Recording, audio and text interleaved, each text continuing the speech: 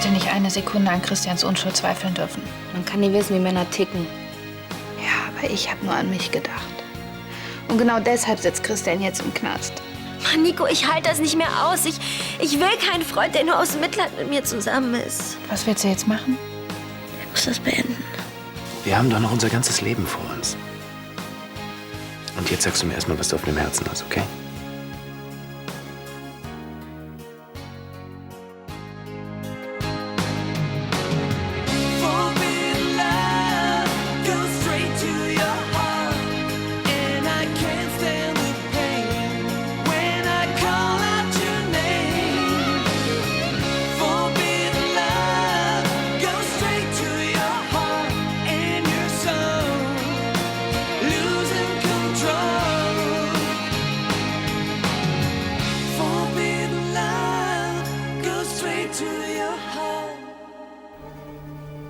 Ist es wegen gestern?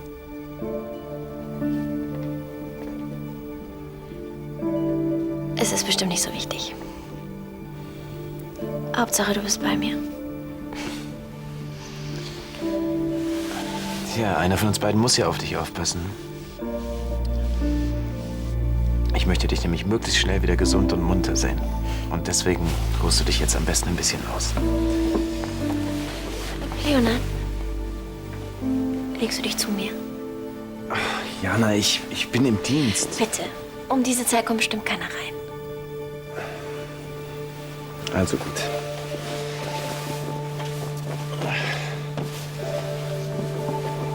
Diese Krankenhausbetten sind echt eine Katastrophe.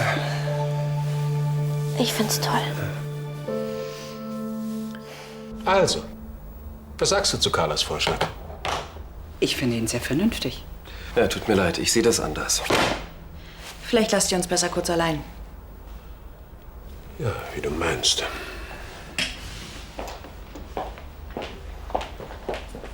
Tja, dann fass dich kurz. Ich bin ein vielbeschäftigter Mann.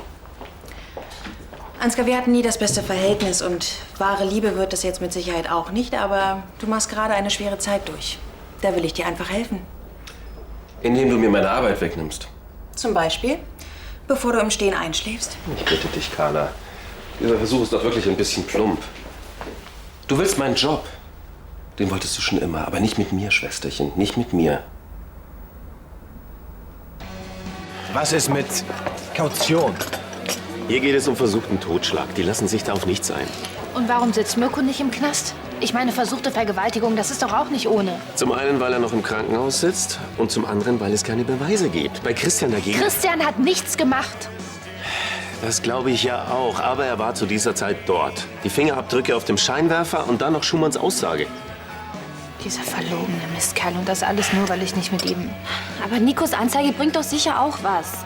Ich meine, wenn die Polizei diesen Mirko als Vergewaltiger überführt, dann wandert er in den Bau und Christian kommt wieder frei. Da gibt es nur ein kleines Problem. Schumanns Angriff auf dich. Gibt Christian ein Motiv? Rache für seine Freundin. Ja, aber nach Mirkos Lügenversion hat er auch eins, nämlich Eifersucht. So oder so sieht es für Christian schlecht aus. Das ist alles? Du bist sein Anwalt. Wenn seine Vorstrafe nicht wäre. Bewaffneter Raubüberfall. Ist ein gefundenes Fressen für die Polizei, hm? Sieht schon sehr nach Wiederholungstäter aus. Was ist mit diesen verdammten Besuchszeiten? Wann kann ich zu ihm? Der Antrag ist ja gestellt. Ich fahre sowieso hin. Dann frage ich noch mal Ja, dann nach. mach das bitte. Also, ich halte euch auf dem Laufenden. Ja? Und sag, wir müssen wirklich alle Hebel in Bewegung setzen. Wir holen ihn da raus. Und sag ihm, dass wir alle ganz fest an ihn denken. Mach ich. Bis dann. Lars, warte mal.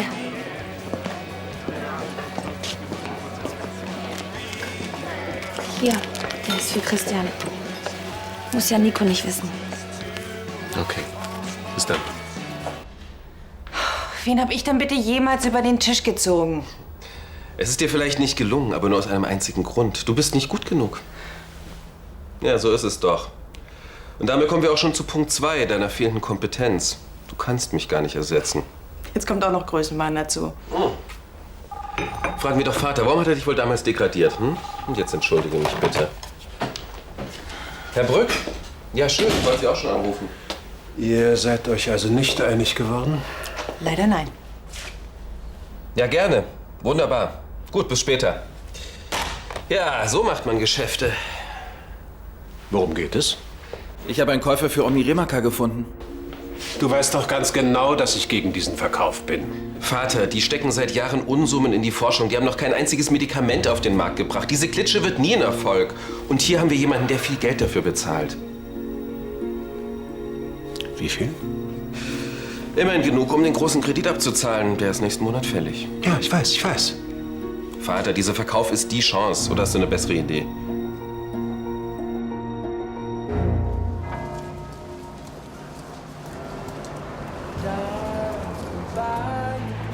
Hey. Hi. Na, wie geht's, Christian? Ziemlich beschissen, schätze ich mal, aber ich kann euch bald mehr sagen. Lars hat angerufen. Ich darf ihn besuchen. Na, das ist doch wenigstens mal was. Ja. Darf Nico eigentlich auch mit? Nee, nur Verwandtschaft. Ich ruf sie mal an. Oh, die ist gerade im Krankenhaus bei ihrer Schwester. Wahrscheinlich hat sie das Handy aus. Ach was, da haben wir uns wohl nur knapp verpasst. Du warst gerade da? Ja, bis vorhin. Ich werd mal wieder. Ja.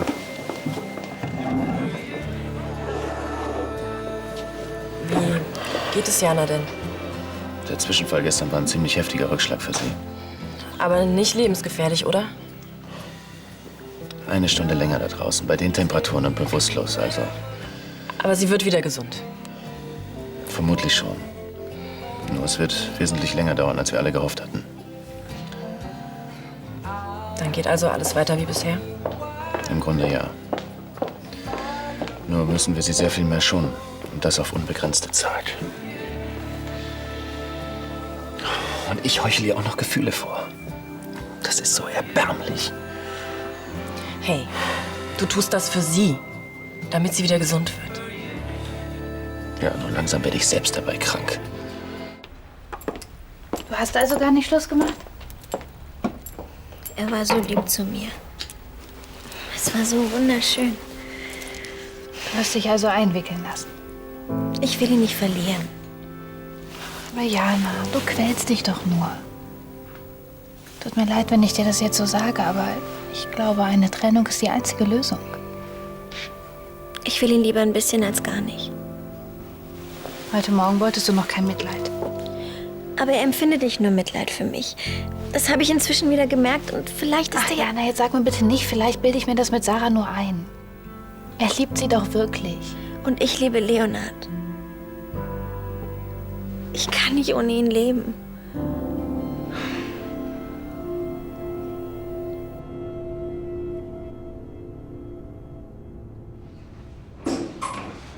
Danke. Hey. Und? Behandeln Sie dich gut? Und? Gibt's Neuigkeiten? Dein Bruder kommt dich gleich besuchen. Und dann habe ich hier noch einen Brief. Von Nico? Von Coco. Von Nico gar nichts?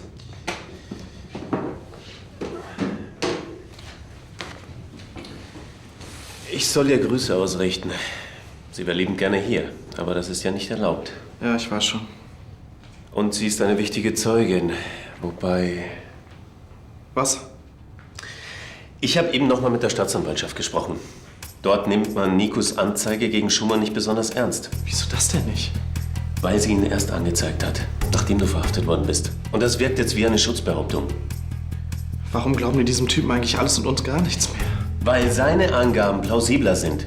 Und du der Letzte warst, der ihn gesehen hat. Nein, der es war, der hat ihn zuletzt gesehen.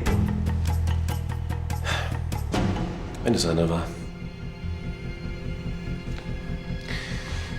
Wenn es einen anderen Täter gibt, wieso belastet Schumann ausgerechnet dich? Was weiß ich denn? Weil er ein Arsch ist? Auf dem Scheinwerfer, der Schumann am Kopf getroffen hat, waren nur deine Fingerabdrücke. Christian, ich glaube, es ist besser, du gehst jetzt. Ich habe hier alles im Griff, ja? Das ist jetzt nicht dein Ernst. Entschuldigung, das ist nicht persönlich gemeint. Er ist halt total eifersüchtig.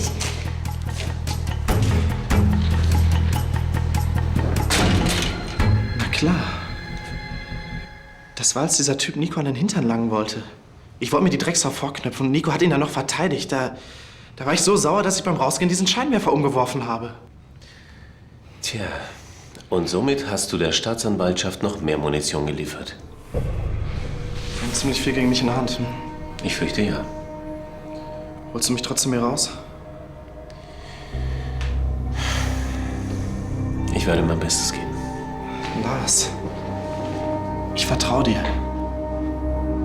Sofort. Du willst es also wirklich durchziehen? Vater hat sein Go gegeben, Carla. Notgedrungen. Neid macht hässlich, Schwesterchen. Ich verstehe das ja vollkommen. Du würdest natürlich auch ganz gern mal diejenige sein, die die rettende Idee hat. Und leider war ich's mal wieder. Wenn diese Firma wirklich nur Verluste macht, warum zahlt dann niemand so viel Geld dafür? Offensichtlich gibt es außer dir auch noch andere schlechte Geschäftsleute. Vielleicht versucht dich aber auch jemand reinzulegen. Ja, das könnte dir doch nur recht sein. Ansgar, es geht hier um unseren Familienbesitz. Und ich will dir auch nichts Böses. Also schön, wenn es dich beruhigt. Ich habe die Firmendaten von Omni Remacar genau geprüft. Ich habe die ganze Nacht dran gesessen. Bis du eingeschlafen bist. Also schön. Weißt du was? Prüf doch selbst. Viel Spaß. Mach ich glatt. Danke. Ja, dann bist du wenigstens beschäftigt und ich habe meine Ruhe.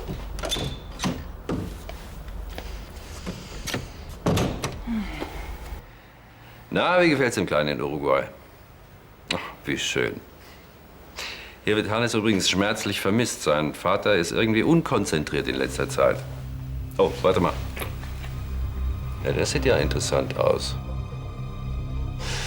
Entschuldige die Geschäfte, du weißt ja. Ach, übrigens, Tanja, danke nochmal für deinen Tipp. Meine neue Assistentin ist eine echte Perle. Ihr Besuch ist da. Einen Augenblick noch. Wo war ich denn? Ah ja. Ansgar von Lahnstein. Der Ärmste hing doch sehr an seinem Sohn. Jetzt macht er plötzlich ungewohnte Fehler. Und einer davon steht draußen vor meiner Tür. Deswegen muss ich... Ja. Ich melde mich wieder. Okay, bis dann. Ciao. Herr Brück soll reinkommen. Guten Tag. Guten Tag, Herr Brück. Treten Sie ein. Und? Sie machen Fortschritte? Selbstverständlich. Omni Remacar gehört so gut wie Ihnen. Graf Lahnstein will den Verkauf noch heute unter Dach und Fach bringen. Perfekt. Passen Sie nur auf, dass mein Name nicht fällt. Natürlich, das hatten wir ja besprochen. Darf ich mir noch eine Frage erlauben? Und so? Das Unternehmen ist höchst unprofitabel. Warum wollen Sie eine solche Summe dafür zahlen? Kümmern Sie sich um Ihre Angelegenheiten. Ach, Nico, gut, dass ich dich noch treffe. Du willst zu mir? Ja, ich wollte dich fragen, wie es dir geht. Wegen Christian. Naja, es sieht ziemlich schlecht aus und ich habe ihn da reingeritten. Ach Quatsch, das stimmt doch überhaupt nicht. Die Ermittlungen stehen noch ganz am Anfang. Die Polizei wird schon noch rausfinden, wer der wahre Schuldige ist. Du bist ja fast so gut im schönen Reden wie Jana. Wieso? Na, dreimal darfst du raten. Sie hat dich gestern gesehen, im Park, mit Sarah. Ach, du meinst sie... Ja, sie weiß jetzt, wen du wirklich liebst. Dann war es das, was sie mir eben sagen wollte. Sie wollte mit dir Schluss machen.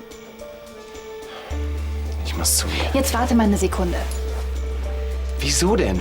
Sie kann mich ruhig anspucken. Ich meine, ich hab's doch verdient. Ich bin doch selber froh, wenn endlich reiner Tisch ist. Sie aber nicht. Sie liebt dich nämlich. Nach allem, was sie jetzt weiß, so ein Quatsch. Sie liebt dich so sehr, es ist ihr alles egal. Das meine ich mit Schönreden. Mann, sie braucht dich jetzt. Was ist das schon ein bisschen Selbstbetrug? Nico, was soll ich denn jetzt machen? Ja, du spielst deine Rolle weiter. Und zwar ein bisschen besser als bisher. Das bist du ihr schuldig.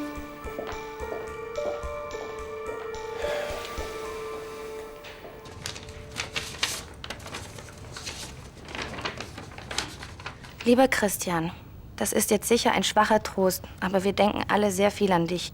Und wir wissen, du warst das nicht. Und deshalb kommst du auch wieder frei. Ganz bestimmt. Die Gerechtigkeit siegt doch am Ende immer. Ja, klar. Außerdem brauchen wir dich hier. Ohne dich fehlt was. Ehrlich, wir vermissen dich alle. Die Haft ist bestimmt Horror, oder?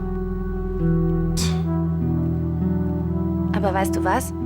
Erinnerst du dich, als wir im Wald übernachtet haben? Über uns nur der Himmel. Und es hat so gut gerochen. Vielleicht kannst du ja ab und zu daran denken, wenn es dir richtig dreckig geht. Manchmal hilft sowas. Ich wünsche dir jedenfalls alles, alles Liebe. Deine Coco.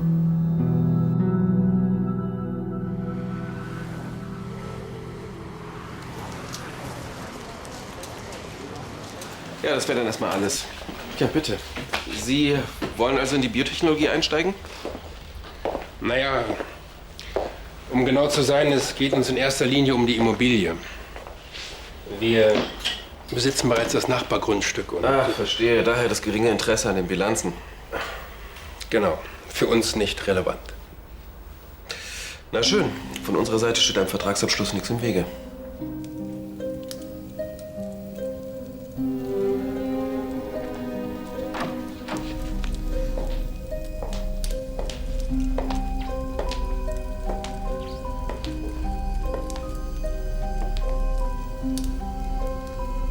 Willst du nicht morgen weitermachen? Dann ist es zu spät. Hast du was gefunden? Vielleicht hat Ansgar den richtigen Riecher, aber ich gehe das trotzdem bis zum Schluss durch. Ist das nicht doppelte Arbeit? Ich meine, als ich dich gebeten habe, Ansgar zu unterstützen, das war anders gedacht. Aber vielleicht macht Ansgar gerade einen riesengroßen Fehler. Ja, aber es sieht nicht so aus. Und du solltest dich schonen. Ich betreibe keinen Leistungssport, Nathalie. Und wir wissen beide, dass Ansgar momentan ziemlich durch den Wind ist. Also sicher ist sicher. Danke. Und vielleicht merkt er ja auch so, dass ich ihn nicht ausboten will. Ihr Angebot ist nicht üppig, aber fair. Ein besseres werden Sie nicht kriegen. Und das wissen Sie genau. Sagen wir mal, ich mag schnelle Entscheidungen. Deswegen würde ich auch gerne heute noch unterschreiben. Das ist ganz in meinem Sinne. Warte mal. Stimmt was nicht? Die entwickeln da gerade ein neues Medikament. Gegen Allergien soll das Wunder wirken.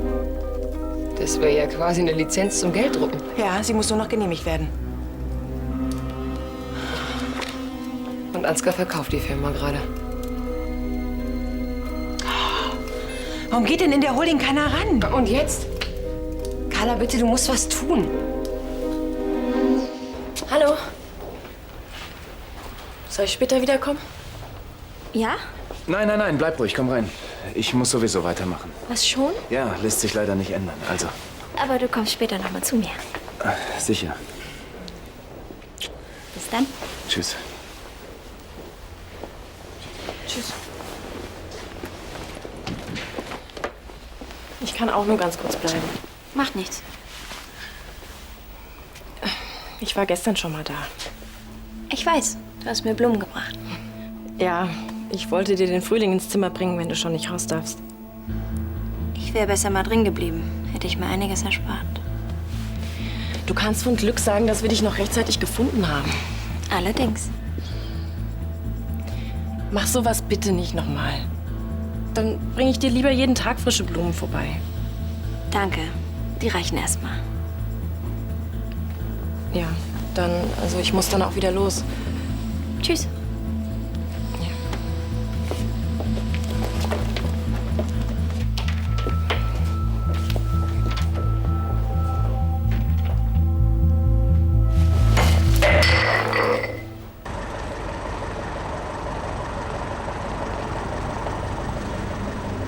Das darf doch nicht wahr sein.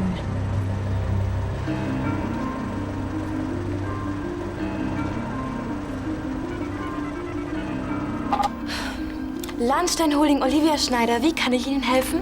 Hier ist noch mal Carla von Lahnstein. Sie geben mir jetzt bitte sofort meinen Bruder. Ich habe Ihnen doch schon gesagt, dass er nicht gestört werden will. Es ist aber dringend. Wenn ich da reingehe, werde ich gefeuert. Wenn Sie meinen Bruder nicht sofort ans Telefon holen, dann sind Sie es sowieso. Es tut mir wirklich leid. Ich halte mich nur an die Anweisungen. Dämliches Stück.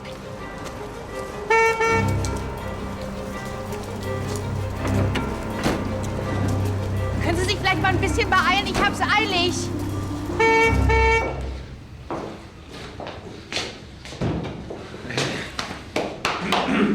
Ja, ich weiß. Umarmungen sind hier nicht erlaubt. Red, ich soll dich von einer ganzen Menge Leute grüßen. Insbesondere von Nico. Und wie geht's dir? Kannst ja sicher denken, wie es hier geht, oder? Achso, und dann noch von Coco, Andy, Leonard, Sarah. Hab ich wen vergessen? Ich glaube schon. Schön, dass ihr wenigstens zu mir haltet. Die Bullen hier glauben mir kein Wort. Tja, die kennen dich halt nicht. Für die Polizei zählen nur die sogenannten Fakten. Schon von den Fingerabdrücken gehört? Ja, hat Lars mir von erzählt. Er sagt, es sei auch problematisch, dass du noch mal da warst. Na, wegen der Tasche. Das habe ich hier den Bullen auch schon 3-mal erzählt. Dieser Schumann erzählt eine ganz andere Version. Ja, diese verlogene Drecksau. Hätte ich ihm wirklich mal eins reingehauen, dann wüsste ich jetzt wenigstens, warum ich hier sitze. Er wickelt alle um den Finger. Die kriegen schon noch raus, dass er lügt und dann sitzt er hinten in meiner Zelle. Ich sag dir das jetzt nur sehr ungern, aber danach sieht's gerade nicht aus. Mach mir nur Mut, danke. Ich finde, wir sollten uns mal mit den Tatsachen beschäftigen. Du hattest Motiv, Mittel und Möglichkeit. Und dieser Schumann belastet dich so gut er kann. Es steht Aussage gegen Aussage, Gregor. Mit dem großen Unterschied, dass er ein unbescholtener Bürger ist. Und du hast eine fette Vorstrafe. Sag mal, bist du hier, um mich fertig zu machen, oder was? Ich bin hier, um dir mal den Ernst der Lage zu verdeutlichen. Mit deiner Vorstrafe bist du schon so gut wie verurteilt. Wenn die nicht wäre, sähe es ganz anders aus. Ja, wenn. Sie ist aber nun mal da. Wir wissen beide warum, oder? Hör zu. Wenn du hier raus willst, gibt es nur eine Möglichkeit. Du weißt ganz genau, wovon ich spreche.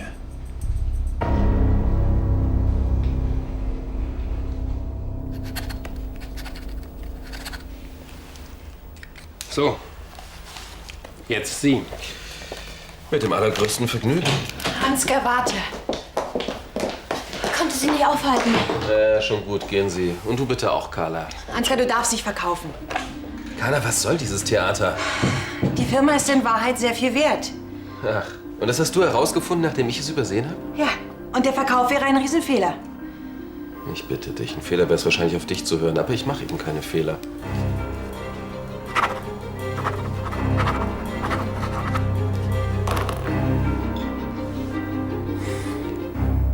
Und hat Christian meinen Brief bekommen? Ja, er hat sich sehr gefreut. Ich soll dir auch liebe Grüße bestellen. Kommst du vor Christian? Ja. Und dir soll ich auch was ausrichten. Was denn? Mach doch mal die Augen zu. Und jetzt stell dir vor, er küsst dich. 1000-mal. Also einmal in echt wäre mir lieber. Tja, das kann leider noch dauern. Hat sich da noch irgendwas ergeben? Leider nicht zu seinem Vorteil, aber das kann sich ändern. Christian gibt die Hoffnung nicht auf. Und ihr bitte auch nicht. Ich gehe gleich nach oben und setze mich noch mal dran. Vielleicht finde ich doch irgendwas, was Christian entlasten könnte. Ja? Bis dann.